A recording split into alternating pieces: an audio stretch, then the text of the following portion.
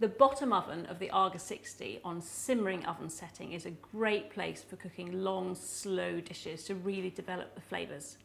It's wonderful for curries and casseroles, slow roast short ribs. It's wonderful for pulled pork. So you can put a dish in the oven in the morning, and by the time you come back at the end of the day, it's all slow cooked and delicious and ready to serve. It's perfect to do that with something from the freezer. Maybe take a shepherd's pie, put it in the oven frozen, and then take it out later on in the evening and it's all ready to serve. Now what I have here is some lamb shank that I'm going to cook really slowly in the simmering oven setting. I've got simple lamb shank in my pan. I've got some tomatoes to pour over the top. Just a tin of nice chopped tomatoes.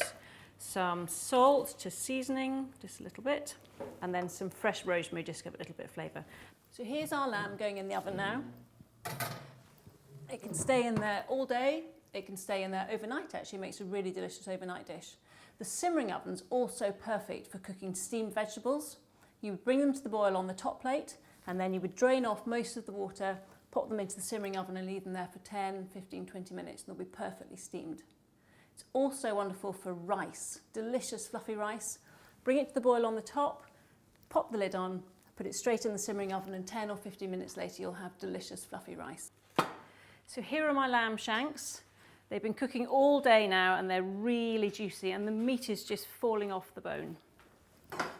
So all I need to do now is lift out the bone. The meat's just melting off the bone. Out comes the bone, just like that. It's given all its lovely flavour to this lamb dish.